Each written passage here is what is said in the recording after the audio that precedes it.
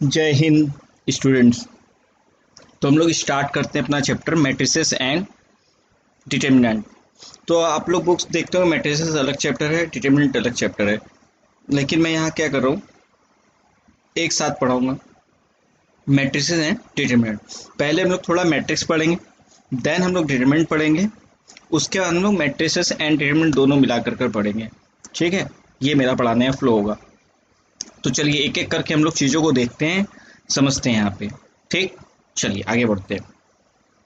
तो सबसे पहले हम लोग बात करते हैं डिफिनीशन ऑफ मैट्रिक्स की। तो अगर हम लोग डिफिनीशन ऑफ मैट्रिक्स की बात करेंगे यहाँ पर ना, डिफिनीशन ऑफ मैट्रिक्स अगर हम लोग देखेंगे तो डिफिनीशन ऑफ मैट्रिक्स क्या लिखा हुआ है यहाँ पे, ध्यान से देखिएगा। अ matrix is an ordered rectangular अरे ऑफ नंबर्स ना। एज सच अगर आप डिफिनीशन से देखेंगे तो आपको अभी थोड़ा फील नहीं आ रहा होगा। ठीक है, हम लोग एग्जाम्पल समझते हैं, फिर उसके बाद हम लोग फिर से डिफिनीशन पे आते हैं, आपको चीज़ें समझ में आने लगी। ठीक है, जैसे देखते हैं यहाँ पे तीन फ्रेंड हैं, रोहन, ऋषि, राज, और पेन और नोटबुक। ठीक है, तो रोहन के पास क्या है, 1 पेन है, 4 नोटबुक्स हैं। ऋषि के पास 2 पेन है, 5 नोटबुक्स हैं। और राज के पास क्या है, 3 पेन और 6 नोटबुक है। एक इन्फॉर्मेशन ये है। इसी इन्फॉर्मेशन को रिप्रेजेंट करने का जो दूसरा तरीका होगा हमारे पास, इस तरीके से भी इन्फॉर्मेशन को रिप्रेजेंट कर सकते हैं कि मैंने क्या किया, पेन और नोटबुक, मैंने क्या किया, पेन और नोटबुक को यहाँ पर लिख दिया। और फिर वही देखिए, रोहन के पास क्या है, 1 पेन, 4 नोटबुक, ऋषि के पास 2 पेन, 5 नोटबुक, राज के पास 3 पेन और 6 नोटबुक। एक ही इन्फॉर्मेशन को हम लोग दो तरीके से रिप्रेजेंट किए। समझ में आया आपको? सेम इन्फॉर्मेशन है, जो इन्फॉर्मेशन फर्स्ट में है इसमें, वही इन्फॉर्मेशन इसमें भी है। सेम इन्फॉर्मेशन को ऐसे रिप्रेजेंट किया। इन्हीं में जब हम आगे इस तरीके से लगा देते हैं ऐसे अरे, तो यहाँ पर देखिए ये हो जाता है मैट्रिक्स। समझ में आई मेरी बात? तो अब देखिए, अब फिर डिफिनीशन पे आते हैं। क्या बोला है, matrix is an ordered rectangular अरे ऑफ नंबर्स। तो देखिए यहाँ पे ऑर्डर्ड रेक्टेंगुलर, ऑर्डर्ड मतलब कैसे, जैसे देखिए रोहन, ऋषि, राज इधर है, पेन और नोटबुक इधर है। अब यहाँ पे क्या है, पेन और नोटबुक यहाँ पे, रोहन, ऋषि, राज इधर, ऑर्डर्ड।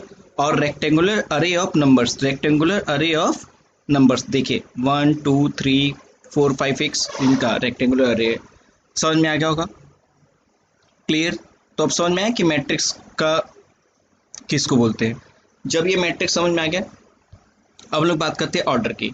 तो ऑर्डर क्या है, तो अगर यहाँ पर देखेंगे तो इसमें क्या है, ये जो हॉरिजॉन्टल लाइन होती है उनको हम लोग रो बोलते हैं। तो इसमें क्या है, ये रो 1 है, ये क्या है, रो 2 है, ये क्या है आपका,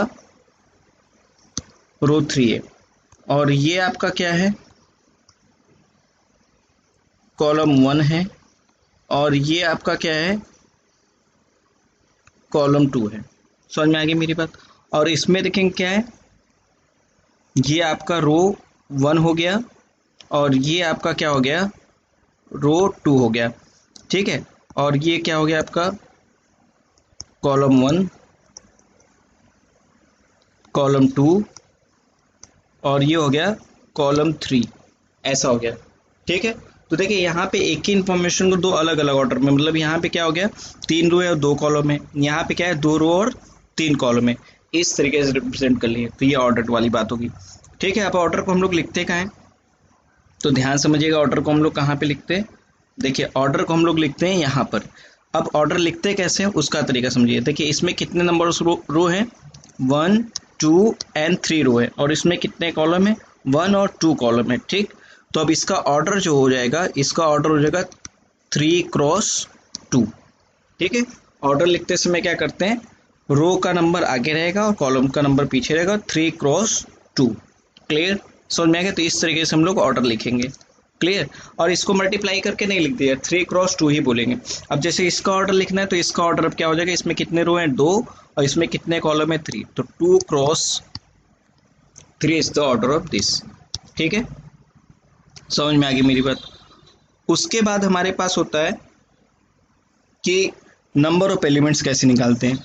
तो नंबर ऑफ एलिमेंट्स अगर निकालना होगा तो देखिए इसमें नंबर ऑफ एलिमेंट्स कितने हैं, 1 2 3 1 2 3 4 5 6, और इसमें भी नंबर ऑफ एलिमेंट कितने हैं, 6। और ये कैसे आ जाएगा, देखिए यहाँ पे नंबर ऑफ रो और नंबर ऑफ कॉलम्स को मल्टीप्लाई किया, 3 इंटू 2 कितना है 6 नंबर ऑफ एलिमेंट्स। इसमें भी देखिए number of row number of column कितना है 6, तो नंबर ऑफ एलिमेंट्स आ जाएंगे। तो नंबर ऑफ एलिमेंट्स इस तरीके से निकाल लेंगे। क्लियर? ठीक है। अब मेरी बात समझिए, अगर अब आपको ये बात समझ में आ गई तो यहाँ पे एक बात हम लोग और करेंगे कि अब इस तरीके से चीज़ों को लिखते हैं। अब देखिए किसी में अगर क्या हो गया, किसी भी मैट्रिक्स में अगर हमारे पास क्या है m रोज हैं, कितने m रोज हैं और क्या है n कॉलम्स, तो इसका ऑर्डर अगर हमसे पूछा जाएगा तो ऑर्डर कितना हो जाएगा, ऑर्डर हो जाएगा इसका m क्रॉस n। ठीक है, समझ में आ गई मेरी बात? तो इस तरीके से हम लोग लिखते हैं। आई होप यहाँ तक की बात आपको क्लियर हो गई होगी। ठीक है, अब हम लोग एक चीज़ और समझते हैं इसमें। अब देखिए, अब ये जो नंबर्स हैं 1 2 3 4 5 6, इनको हम लोग बोलते हैं एलिमेंट्स ऑफ मैट्रिक्स। ठीक है, तो अब एलिमेंट्स ऑफ मैट्रिक्स को कैसे रिप्रेजेंट किया जाता है इस बात को समझते हैं यहाँ पर। देखिए, अब यहाँ पर अगर हम लोग बात करेंगे, अब अगर हम लोग यहाँ पे बात करेंगे तो ये देखिए, जैसे 1 की बात करें, ये 1, तो अब देखिए ये 1 जो है आपका किस में है, रो 1 और कॉलम 1। तो इसलिए इसको जब भी हम लोग बुलाएंगे, इसको हम लोग बोलेंगे ऐसे A11। A11 का मतलब क्या हो गया, यहाँ पे देखिए ए में जो फर्स्ट होता है वो रो का नंबर होता है, जो सेकंड होता है वो कॉलम का नंबर, तो A11। जैसे अब ये 4 है, अब 4 भी आपका क्या है देखेंगे तो रो 1 में ही है, लेकिन कॉलम इसका कौन सा है 2, तो इसको हम लोग क्या बोलेंगे A12। ठीक है, अच्छा अब इस 2 पे जब हम लोग बात करेंगे तो ये 2, अब देखिए ये 2 कहाँ आ गया है, 2 आपका रो 2 में है और इसका कॉलम कौन सा है 1, तो इसको क्या लिखेंगे A21। यहाँ पे अगर ये 5 की बात करेंगे तो रो देखिए 2 है इसका और कॉलम भी कौन सा है इसका 2, तो इसको क्या बोलेंगे A22। अब देखिए जब हम लोग इस 3 की बात करेंगे तो अब इस 3 का जो रो देखेंगे तो 3 का रो कौन सा हो गया, 3 का रो आपका हो गया है रो 3 है और कॉलम कौन सा है 1, तो इसको बोलेंगे 31। और ये जो देखिए 6 है, इसका रो कौन सा हो गया 3 हो गया और कॉलम कौन सा हो गया 2, तो क्या हो जाएगा 3। समझ में आ गई मेरी बात? तो वैसे ही यहाँ पे भी इनको आप बता सकते हैं, जैसे ये 1 है तो 1 को क्या लिखेंगे A11 क्योंकि रो 1 कॉलम 1। 2 है, अब इसको क्या लिखेंगे, रो अभी भी 1 है, कॉलम कौन सा हो गया इसका 2 हो गया, और ये 3 है तो इसको क्या लिखेंगे, देखिए इसका रो कौन सा है 1 है लेकिन कॉलम कौन सा है 3 हो गया। क्लियर? जैसे अब ये 4 है तो इसको क्या लिखेंगे A21, रो इसका कौन सा हो गया 2 है और कॉलम 1 है। 5, अब देखिए क्या रो 2 है और कॉलम 2 है तो क्या हो जाएगा A22। और ये 6 है तो 6 का क्या हो गया, रो 2 हो गया और कॉलम 3 है, तो ये क्या हो जाएगा A23। तो अब आप समझ गए होंगे एलिमेंट्स को कैसे लिखते हैं। ठीक है, क्लियर? तो अब आपको डिफिनीशन क्लियर हो गई, एलिमेंट्स किसको बोलते हैं वो क्लियर हो गया, किस तरह रिप्रेजेंट करते हैं वो क्लियर हो गया, और ऑर्डर क्या होता है वो आपको क्लियर हो गया होगा। ठीक है, लेकिन एक बात ध्यान समझिए कि हर जगह तो हम लोग मैट्रिक्स को इतने बड़े से लिखेंगे नहीं, तो इनको रिप्रेजेंट करने का हमारे पास कोई और तरीका भी होना चाहिए। तो हम लोग देखते हैं रिप्रेजेंट करने का हमारे पास क्या तरीका है, उसको भी समझते हैं ध्यान से। आई होप ये सारी बात आपको क्लियर हो गई होगी। ठीक है, तो हम लोग इनको हटाते हैं।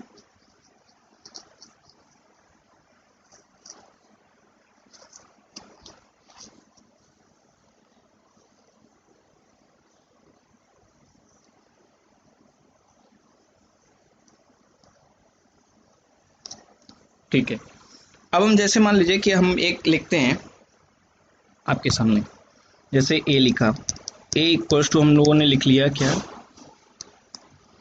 A11 A12 A13। अब इस रिप्रेजेंटेशन को आप समझ रहे होंगे A21 A22 और A23। अब इसी को रिप्रेजेंट करने का एक और तरीका हो सकता है हमारे पास। इसको कैसे रिप्रेजेंट करेंगे ध्यान समझिएगा, इतना बड़ा हमको लिखने की जरूरत नहीं है। हम लोग इसको ऐसे रिप्रेजेंट कर सकते हैं A इक्वल्स टू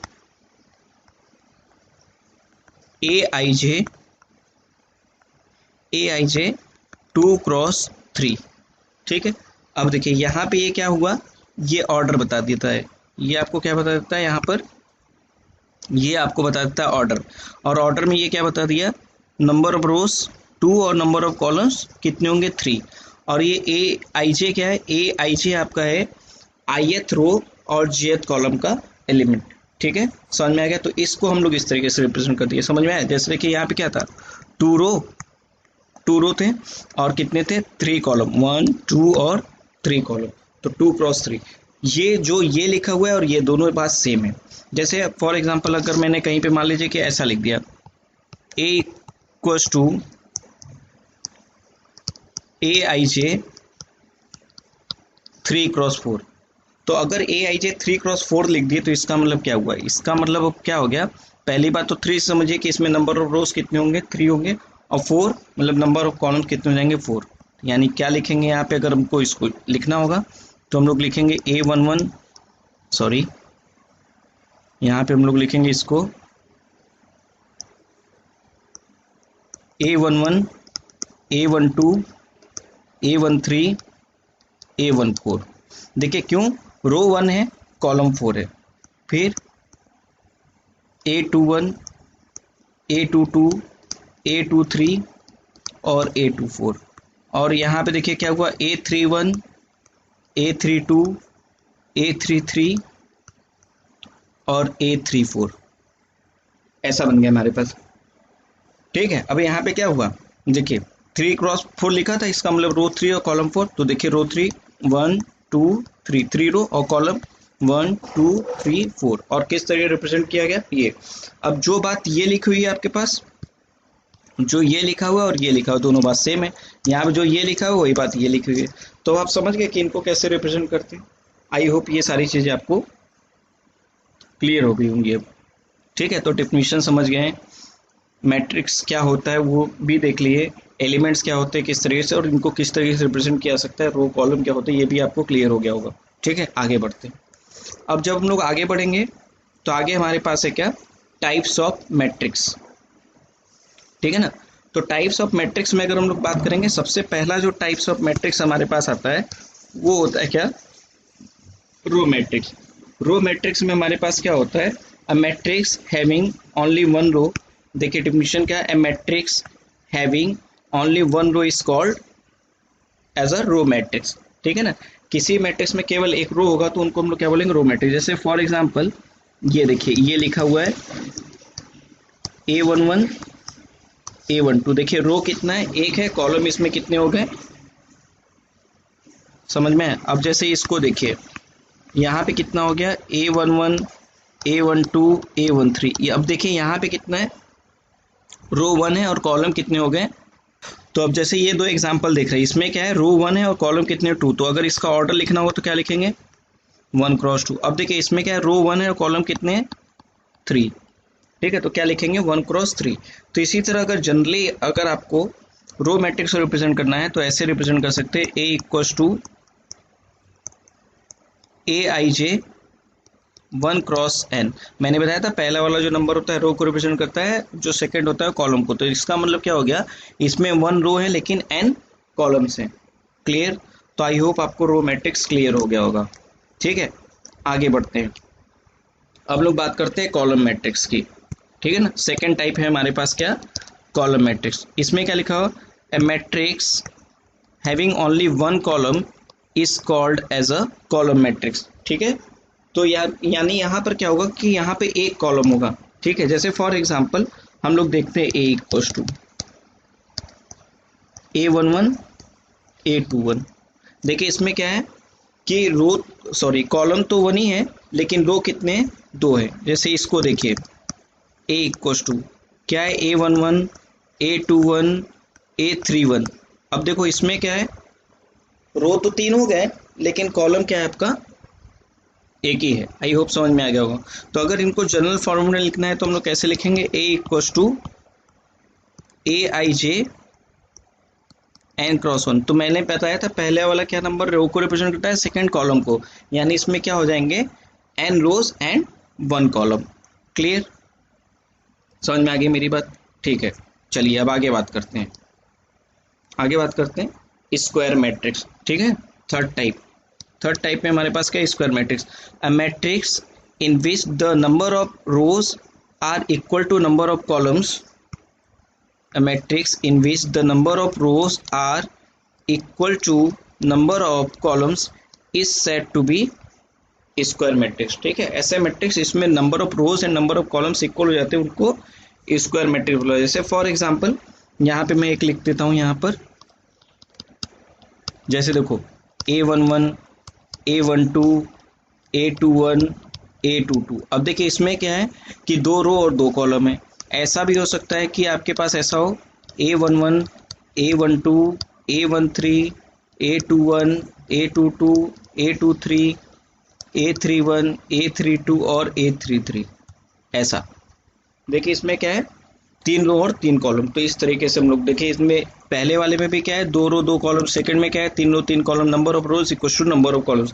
तो अगर इनको जनरल फॉर्मेट में लिखना है तो हम लोग ऐसे लिख सकते हैं AIJ M क्रॉस M। इसका मतलब क्या होगा, इसमें M रोज हैं M कॉलम्स हैं। ठीक है, तो आई होप आप स्क्वायर मैट्रिक्स समझ गए होंगे ना। अब स्क्वायर मैट्रिक्स में 2 चीजें होती हैं। क्या क्या चीजें होती हैं हम लोग उसको देखते हैं पहले। ठीक है, तो आप लोग देखते हैं कि वो 2 चीजें क्या होती हैं। इसको हटा लेते हैं थोड़ा हम लोग।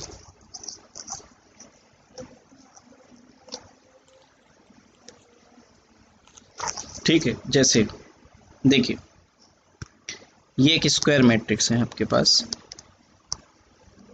A11, A12, A13, ठीक है, A21, A22, A23, A31, A32 और A33, ऐसे एक स्क्वायर मैट्रिक्स है। तो देखिए इसमें एक चीज देखिएगा, ये जो है इसको हम लोग बोलते हैं क्या, लीडिंग डायगोनल। क्या बोलते हैं इसको हम लोग, इस सॉरी ये थोड़ा सा अजीब सा बन गया। ये देखिए इसको ले लेता हूँ, इसको हम लोग बोलते हैं लीडिंग डायगोनल। ये ध्यान समझिएगा, ये इसको हम लोग बोलते हैं लीडिंग डायगोनल। ठीक है, समझ मैं इधर ले देता हूँ फिर से यहाँ पर, कि इसमें थोड़ा डायग्राम में प्रॉब्लम होगी। मतलब जैसे ये है A11, A12, A13, A21, A22, A23, A31, A32 और A33, ऐसा होता है। तो ये जो आप देख रहे हैं इसको हम लोग बोलते हैं लीडिंग डायगोनल। समझ में आ गई मेरी बात, क्या बोलते हैं इसको, लीडिंग डायगोनल। तो ध्यान रखिएगा कि लीडिंग डायगोनल क्या है। क्लियर, समझ में। जब लीडिंग डायगोनल की बात हो गई तो अब इसमें आता है एक चीज हमारे पास आता है trace of a matrix. Trace ना, ट्रेस ऑफ अ मैट्रिक्स की अगर हम लोग बात करें, जैसे मैट्रिक्स ए है तो ट्रेस ऑफ ए लिखना होगा। तो उसमें हम लोग क्या करते हैं A11,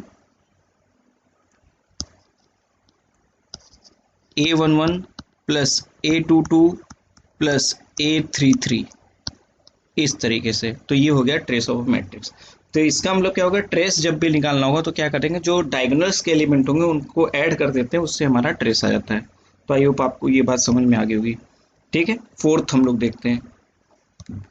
फोर्थ हमारे पास क्या है, डायगोनल मैट्रिक्स। इसमें क्या लिखा है, matrix is said to be a diagonal matrix all the elements of square matrix other than diagonal elements are 0। तो देखिए एक मैट्रिक्स को डायगोनल मैट्रिक्स तभी बोला जाता है कि डायगोनल के एलिमेंट को छोड़ के बाकी सारे एलिमेंट क्या होने चाहिए, 0 होने चाहिए। जैसे फॉर एग्जांपल यहाँ पे देखेंगे तो ये देखिए ये क्या हो गया, A11 0 और 0 और A22। तो ये हमारे पास क्या हो गया, एक डायगोनल मैट्रिक्स। जैसे ये देखें A11 0 0 0, A22 0 0 0 और A33। अब देखिए इनमें क्या है कि डायगोनल एलिमेंट को छोड़ करके बाकी सारे एलिमेंट्स आपके कैसे हैं, 0। तो इनको हम लोग बोलते हैं डायगोनल मैट्रिक्स। समझ में आ गई मेरी बात। जैसे अब इसी को हमको लिखने का तरीका होगा, तो इसी को लिखने का एक तरीका ये हो सकता है, अगर एग्जाम में आपको ऐसे मिला DIJ A11 और A22 ऐसा लिखा हुआ है, तो इसका मतलब ये जो DIJ लिखा हुआ है ये बात आपका सेम लिखा हो। जैसे इसी को अगर मुझे लिखना होगा तो इसको मैं ऐसे लिख लूंगा A11, A22 और A33। ठीक है, समझ में आ गया। तो इस तरीके से भी रिप्रेजेंट कर सकते हैं अगर आपको लिखना होगा। ठीक, क्लियर। फिफ्थ है हमारे पास क्या, स्केलर मैट्रिक्स। अब देखिए स्केलर मैट्रिक्स किसको बोलते हैं, scalar matrix is a diagonal matrix in which all the diagonal elements are equal. बोल रहा है कि स्केलर मैट्रिक्स जो होता है वो भी डायगोनल मैट्रिक्स होता है, लेकिन बस इसमें होता क्या है कि सारे के सारे एलिमेंट्स क्या होते हैं, डायगोनल के इक्वल, यानी क्या हो गया, जैसे ए जीरो जीरो ए, जैसे यहाँ पे हो सकता है क्या, ए जीरो जीरो जीरो ए जीरो जीरो जीरो ए, ऐसा।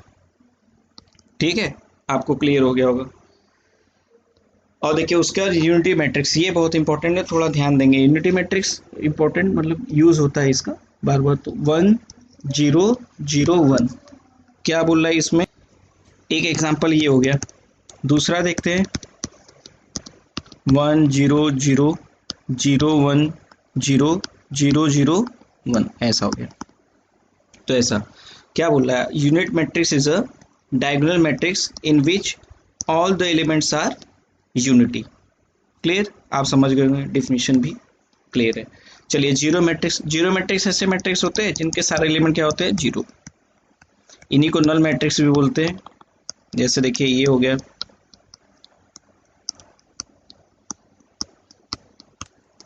क्लियर, ठीक है, समझ में आ गया। अब देखिए यहाँ पे क्या, अपर ट्रायंगुलर मैट्रिक्स बोल रहा है कि A equals to A I J M cross M is said to be upper triangular matrix if A I J equals to 0 when I is greater than J. जैसे फॉर एग्जांपल अगर हम लोग बात करें, जैसे देखिए ए लिखें। अब देखिए अगर यहाँ पे देखेंगे A11 होता है पहले पे, तो आई इक्वल टू जे है, ठीक है, तो A11 रह जाएगा। ठीक है, फिर यहाँ पे देखेंगे क्या होता है A12, तो यहाँ पे A12 भी रह जाएगा। ठीक है, और यहाँ पर देखेंगे अगर हम लोग क्या होगा, यहाँ पे A21, हम लोग इसको नहीं लेते एग्जाम्पल में, हम लोग ये वाला ले लेते हैं। चलिए जैसे A इक्वल टू, अब देखो A11 I equal to J रहेगा, A12 I is less than J है, A13 I is less than J है। यहाँ पे A21 में अगर देखेंगे तो I is greater than J, तो ये क्या हो जाएगा, 0। अब देखो यहाँ पे A22 आई इक्वल टू जे है, यहाँ पे A23 I is less than J है। ठीक है, फिर यहाँ पे देखिए क्या A31, तो ये क्या हो जाएगा, 0। यहाँ पे क्या A32 I is greater than J, और ये देखिए A33 क्योंकि आई इक्वल टू जे। समझ में आया, क्लियर है। और ऐसे भी देखिए क्या होगा, इसको ऐसे भी समझ सकते हैं कि देखिए लीडिंग डायगोनल्स के नीचे के एलिमेंट्स क्या है आपके, 0 है। ठीक है, तो इसको हम लोग बोलते हैं अपर ट्रायंगुलर मैट्रिक्स। ठीक है, और यहाँ देखिए अब ये क्या है, ये है लोअर ट्रायंगुलर मैट्रिक्स। तो इसमें क्या बोल रहा है, A equals to A I J M cross M is said to be lower triangular matrix if A I J equals to 0 when I is less than J. तो इसको भी हम देख लेते हैं बनाकर। जैसे देखिए ए इक्वल्स टू क्या आ गया हमारे पास, A1 आई इक्वल्स टू जे है, A12 अब देखिए यहाँ पे आई लेस देन जे 0, और फिर क्या A13 ये हो गया क्या 0 क्योंकि आई लेस देन जे। A21 ये आई इक्वल्स जे, और देखिए A23 आई लेस देन जे, तो ये 0 हो जाएगा। A31 A32 I is greater than J, और A33 यहाँ पे इक्वल हो गया। तो ये आपका क्या हो गया, इसको हम लोग बोलते हैं लोअर ट्रायंगुलर मैट्रिक्स। अब देखिए इसको ऐसे भी समझ सकते हैं कि लीडिंग डायगोनल के ऊपर के एलिमेंट्स क्या होंगे, 0 होंगे।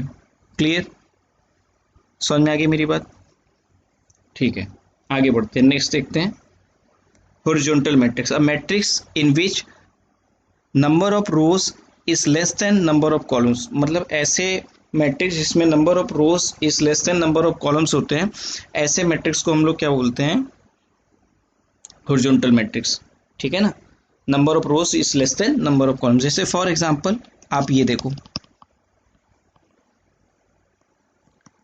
A11 A12 A13 A14 A21 A22 A23 A24। अब देखो यहाँ पे रो कितने हैं, रो हमारे 2 ही है, कॉलम कितने हैं, 4। ये एक एग्जांपल हो गया, समझ में आ गई होगी मेरी बात। अब देखिए vertical matrix, a matrix is said to be a matrix in which number of columns is less than the number of rows। ठीक है ना, नंबर ऑफ कॉलम्स कम होंगे। जैसे फॉर एग्जांपल यहाँ पे लिख देता हूँ मैं आपके लिए A11 A12 A21 A22 A23 sorry ये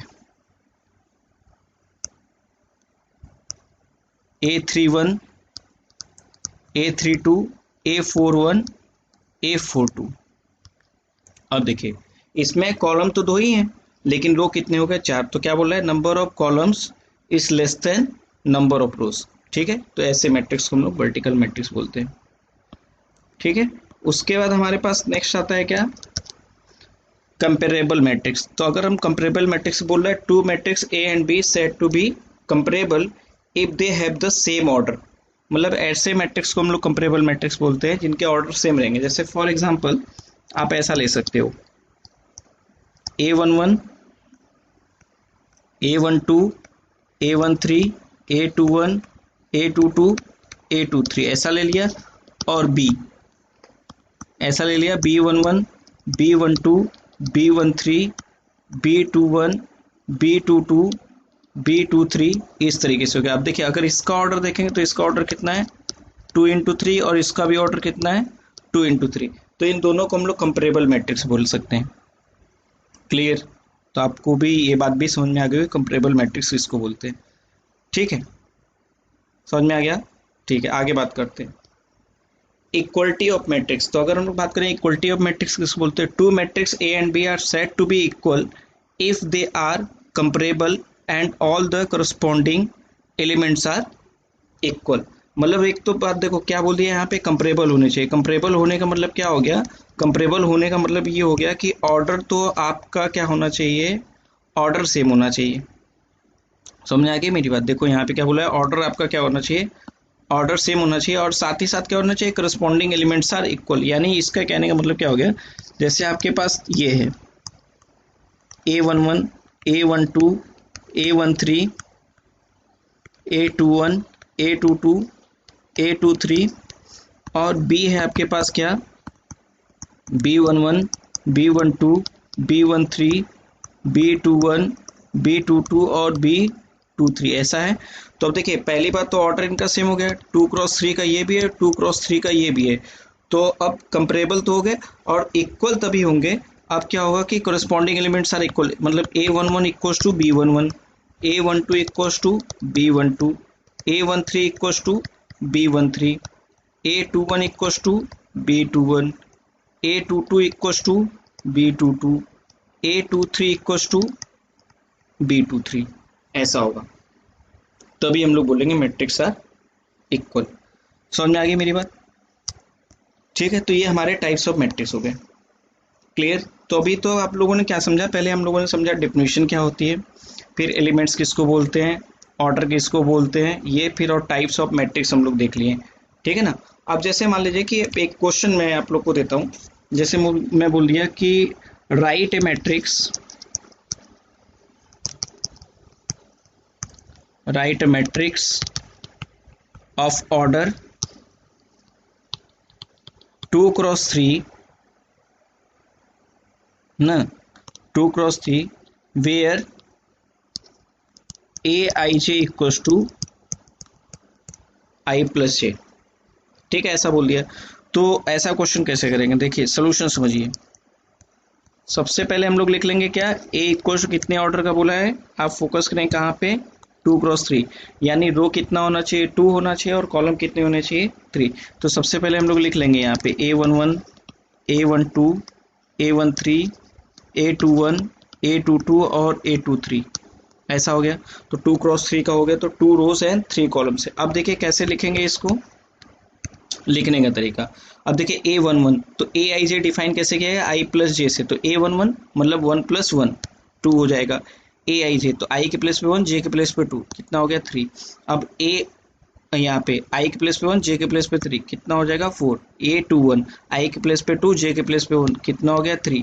A22 I के प्लेस पे 2 j के प्लेस पे 2 कितना हो जाएगा 4।